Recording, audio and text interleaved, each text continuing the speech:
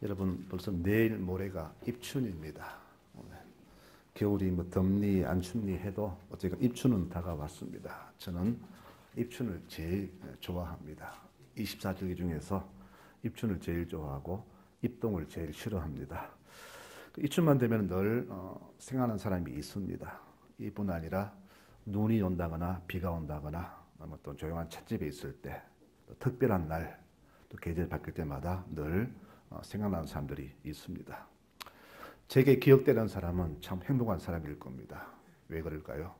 그들에게 제가 복을 빌지 않겠습니까? 잘 살겠지, 잘 살아라. 이렇게 제가 빈말을 비니까 그들은 복 있는 사람이고 행복한 사람입니다.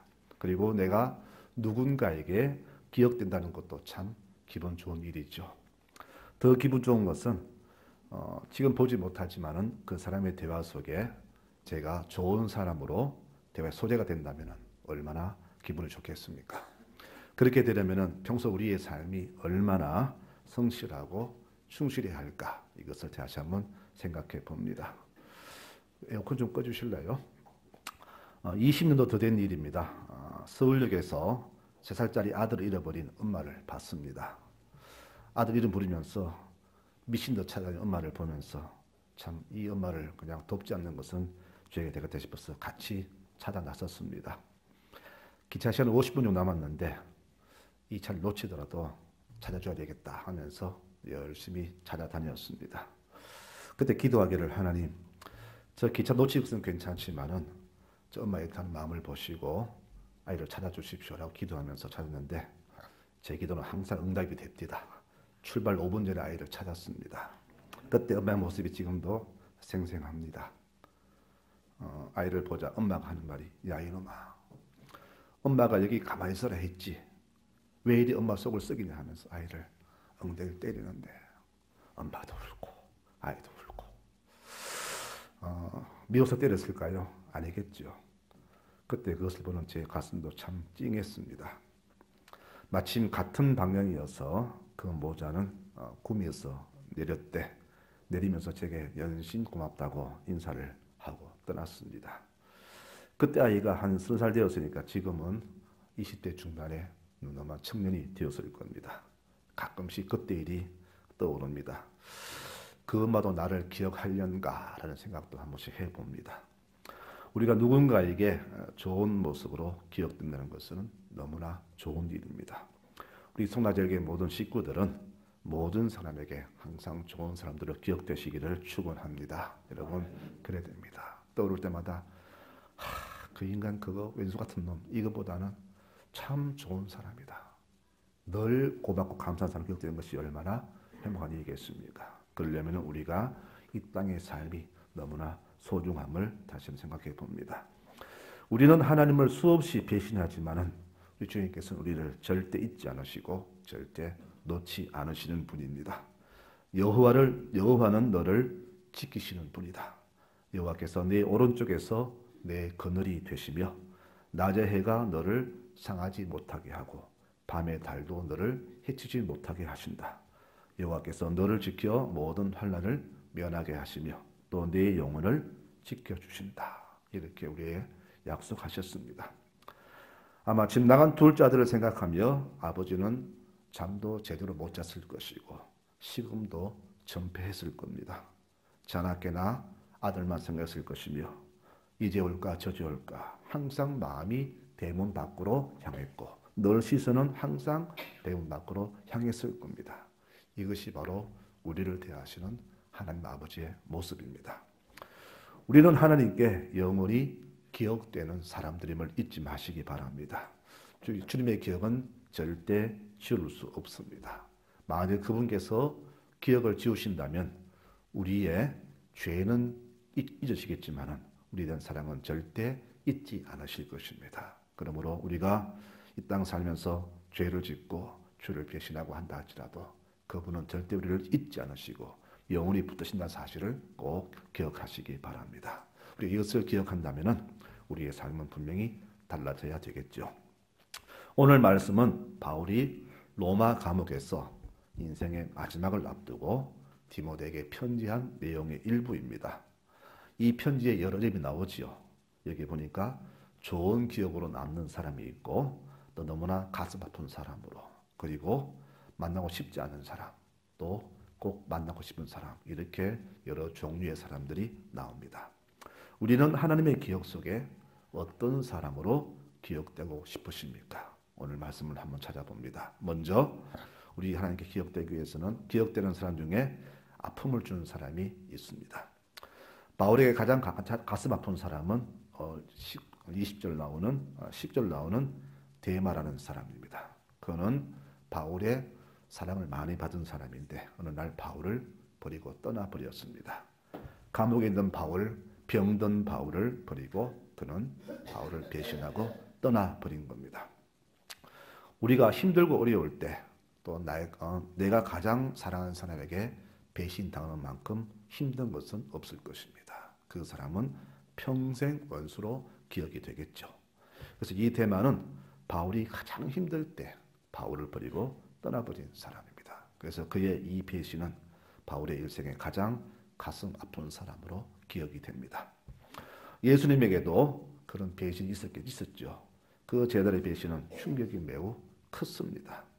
아브라함의 조카 롯의 배신으로 아브라함도 큰 충격을 받았습니다.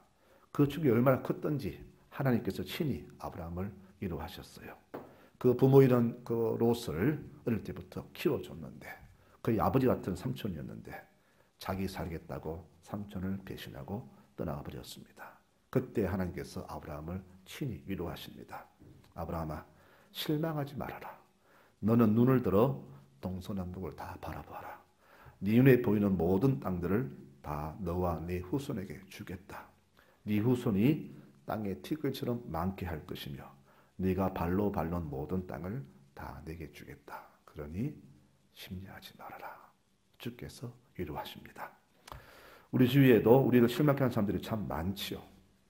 여러 사람 많습니다. 내 돈 떼먹은 사람, 나를 배신한 사람, 또 교회적으로는 교회 건축을 앞두고 이런저런 핑계로 떠난 교인들, 또 교회가 힘들 때 슬그머니 발을 빼는 교인들, 자녀 교육, 직장 핑계로 교회 어려움에 동참하지 않고 떠나간 교인들, 또 교회 분란이 생기면 가장 앞장서서 교회를 비방하고 목회자를 비방하고 교회의 화합보다는 분열을 조장한 사람들, 다 우리와 주님을 실망시킨 사람들입니다. 성도 여러분, 우리는 절대로 사람이나 하나님께나 아픔을 주는 사람으로 기억되지 마시기를 바랍니다. 오늘 이 데마는 사도 바울에게 가장 큰 아픔을 준 사람으로 그의 기억 속에 지당된 사람입니다. 두 번째는요, 해를 끼친 사람이 있습니다. 오늘 14절 말씀에 알렉산더라는 사람이 나옵니다. 그 사람은 직업이 대장장입니다. 근데 그 사람은 바울을 너무나 힘들게 했던 사람으로 기억이 됐죠. 얼마나 힘들었으면 바울이 편지에다가 주께서 그 행한 대로 갚아주시리라 이렇게 편지를 썼을까요? 그는 선교를 방해한 것뿐 아니라 바울의 재판에도 불리한 증언으로 힘들게 했던 사람이 바로 알렉산더입니다. 얼마나 상처가 컸으면 하나님이 친히 심판하시겠다 그렇게 편지에 썼을까요? 다윗은 솔로몬에게 유언으로 이런 말을 남겼습니다. 나를 힘들게 한 요압 장군을 편히 죽게 하지 말아라. 편히 죽지 못하게 해라. 그리고 내가 압살롬 도망갈 때 나를 쫓아오면서 그를 독한 말로 나를 저주한 시므이를 반드시 처리해라. 그때는 그를 죽이지 않기로 내가 맹세했지만은 이제 너는 그를 그냥 두지 말아라. 이렇게 다윗이 유언으로 이 말을 남겼습니다. 얼마나 힘들게 했으면 이렇게 유언으로 이 두 사람을 그냥 두지 말라고 그렇게 유언을 했을까요? 나는 그동안 참고 참았다 할지라도 이들을 그냥 두면은 이 나라에 너의 통치에 방해가 되기 때문에 이들을 이렇게 처리하라. 이렇게 유언을 했다는 것입니다. 성도 여러분, 우리는 하나님의 교회나 이웃들에게 이렇게 해를 끼치는 존재가 되어서는 절대 안 됩니다. 나는 아니라 할지라도 상대가 만일 그렇게 느꼈다면 우리는 인생을 잘 살았다고 할 수가 없을 것입니다. 그 위대한 사도 바울이 알렉산더를 유혹 같은 편지에서 그렇게 조심하라고 한 걸 정도로 그는 그렇게 힘들게 했고 만일 우리가 그렇게 살았다면 우리 역시 이렇게 나쁜 사람으로 평생 기억이 될 것입니다. 하나님은 우리의 선한 것도 기억하시지만 우리의 악한 것도 기억하십니다. 그렇다면 우리는 하나님께 어떤 사람으로 기억이 되어야 되겠습니까? 여러분, 이것을 깊이 묵상하는 성도들이 되시기를 바랍니다. 세 번째는요, 다시 보고 싶은 그리운 사람으로 기억되는 겁니다. 바울은 마가를 데리고 오라 했습니다. 마가를 보고 싶어 합니다. 마가가 누구냐 하면은 다른 말로 요한이라는 마가인데, 이 사역 초기에 바울과 함께 선교 사역하다가 힘들다고 중간에 돌아와 버린 사람이 바로 이 마가입니다. 바울은 그것을 너무나 괘씸하게 여겼고 나중에 바나바와 이 마가 때문에 싸워서 헤어질 정도로 마가를 심히 미워했습니다. 그런데 바울은 이 마가를 다시 데리고 오라 합니다. 다시 보고 싶다는 것이죠. 아마 성경 나오지 않았지만 이후에 마가는 많이 뉘우쳤고 다시 열심히 선교에 최선을 다한 것 같습니다. 누구나 살다 보면 실수할 수 있고 잠깐은 배신할 수 있습니다. 그러나 우리가 만회할 기회는 항상 있습니다. 우리가 회개하고 다시 돌아오면 우리 주님께서 예전처럼 우리 모든 것을 다시금 회복시켜 주신다는 사실을 절대 잊지 마시기를 바랍니다. 로마 호세아서 6장 1절에 오라 우리가 여호와께로 돌아가자. 여호와께서 우리를 찢으셨으나 도로 낫게 하실 것이요 우리를 치셨으나 다시 싸매어 주신다. 그러니 다시 돌아가자. 여러분, 바울은 다시 예전에 뜨거운 그 열정을 회복한 성실한 종 마가를 보고 싶어서 데리고 오라 했던 겁니다. 아마 죽기 전에 오해를 풀고 싶었겠죠. 살다 보면 잘 몰라서 오해하기도 합니다.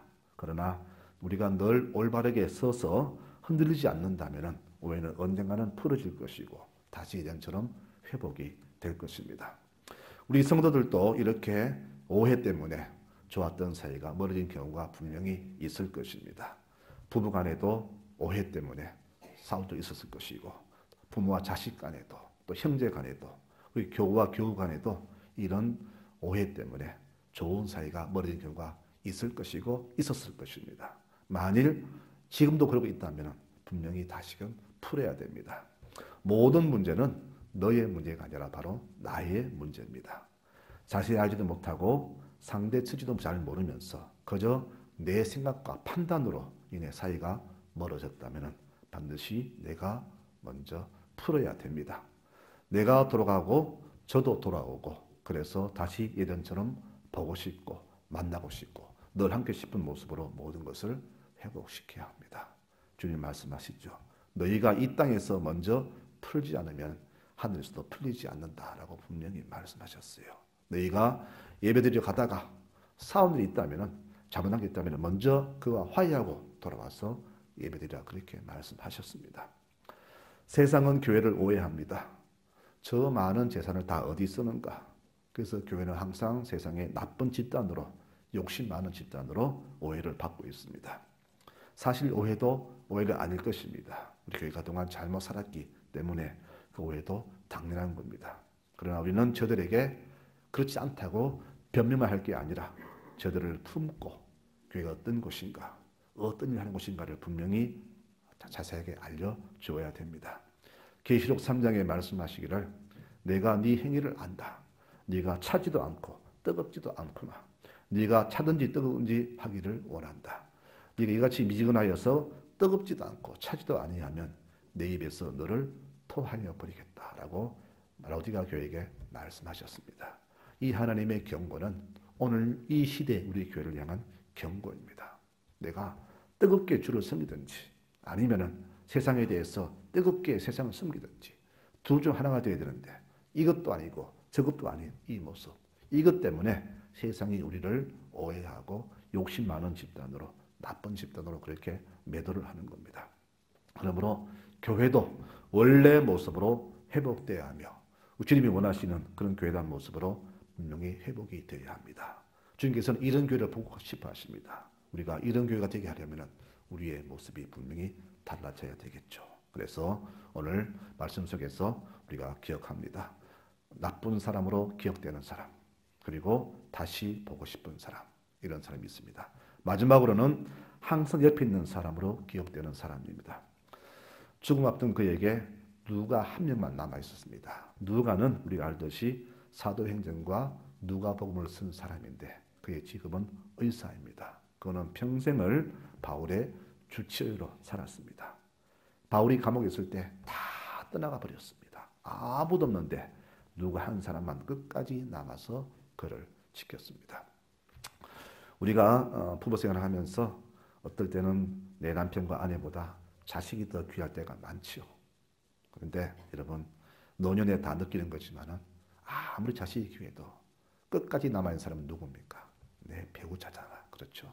그래서 남편이 병들고 아플 때, 아내가 힘들 때 바로 남편이 있어주고 아내가 있어주잖아요. 아들이 그렇게도 지키지 않습니다. 그래서 가장 소중한 사람은 내가 힘들고 어렵고 아플 때 끝까지 나를 지켜준 사람일 겁니다. 오늘 바울은 누가만 나와 함께 있다고 그렇게 분명히 편지에 썼습니다. 성도 여러분, 이 누가처럼 교회가 힘들 때일수록 끝까지 남아 있으시기 바랍니다. 힘든 겨울을 절대 버리지 마시고 끝까지 지켜주시기를 바랍니다. 다 떠나도 끝까지 곁에 남아 있어 주시기 바랍니다. 내가 줄 것이 없어도 해줄 것이 없어도 옆에 있어주는 것만으로도 그에게는 큰 힘이 될 것입니다. 주께서는 바로 그런 사람을 기억하십니다. 우리 주님은 잊으신 것이 없는 분입니다. 만일 잊고 계신다면 우리의 죄와 허물과 과오를 잊고 계실 겁니다. 그분은 우리 죄를 기억지 아니하시고 깊은 바다에 빠뜨리십니다.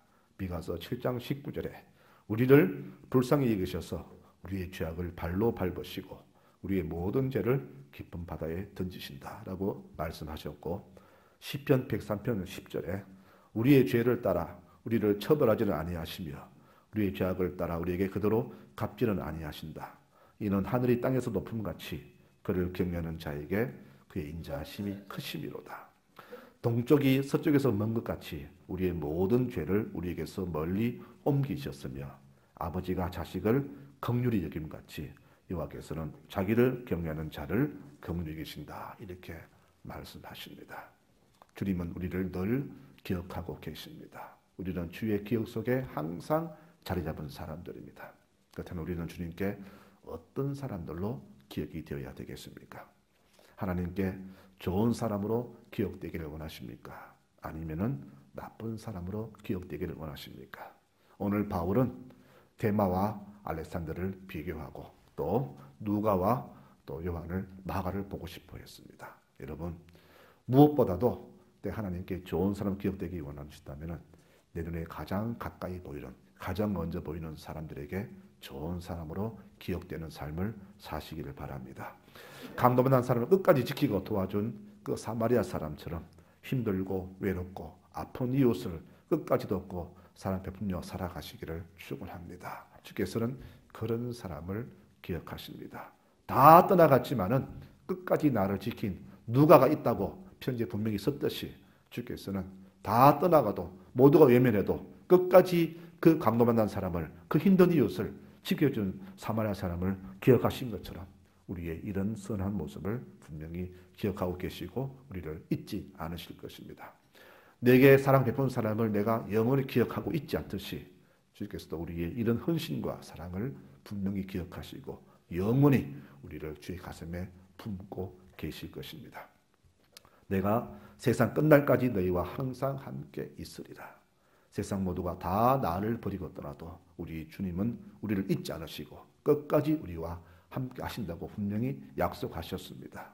베드로는 주를 배신한 과거가 너무나 아팠어. 평생 그 과거가 가슴을 찔렀어요. 그래서 죽을 때도 내가 어떻게 주님처럼 감히 십자가에서 바로 죽을 수 있겠는가 하면서 십자가 거꾸로 매달려서 죽었습니다. 여러분, 우리가 지난 날을 돌아보면은 그때 왜 내가 그렇게 했을까 하면서 가슴 치는 일들이 있을 겁니다. 지금도 그것을 해결 못해서 땅을 치는 그런 일이 있을 것입니다. 여러분, 과거를 돌아보면 이런 부끄러운 일들이 얼마나 많이 있습니까? 이 다시 우리 기억 속에 그런 가슴뿐이는 없어야 될 것입니다. 바울은 비록 인간적으로는 외로웠지만은 끝까지 주를 바라보면서 용기를 잃지 않았습니다. 4장 7절 말씀에 이렇게 고백하잖아요. 나는 선한 싸움을 싸우고 나의 달려갈 길을 마치고 믿음을 지켰으니 이제 이후로는 나를 위하여 의의 면류관이 예배되었다. 이것은 제사장제 주님께서 내게 그날에 주실 것이다. 그리고 이것은 나뿐 아니라 주의 나타나심을 사모하는 모든 사람에게 주신다. 이렇게 고백하면서 자기를 지금까지 함께 하신 하나님을 이렇게 찬송합니다. 주께서 나를 모든 악한 일에서 건져내시고 또 그의 천국에 들어가도록 구원하시리니 그에게 영광이 세세 무궁토록 있을지어다. 이렇게 죽음 앞에서도 아픔 속에서도 끝까지 하나님 앞에서 당당하며 그분을 찬송하는 신앙의 감정을 보여주었습니다. 사랑하는 성도 여러분, 힘들고 어려운 일이 있다면 오늘의 이 누가처럼 끝까지 그들과 함께 하시기를 바랍니다. 항상 그 곁에 있어 주시기 바랍니다.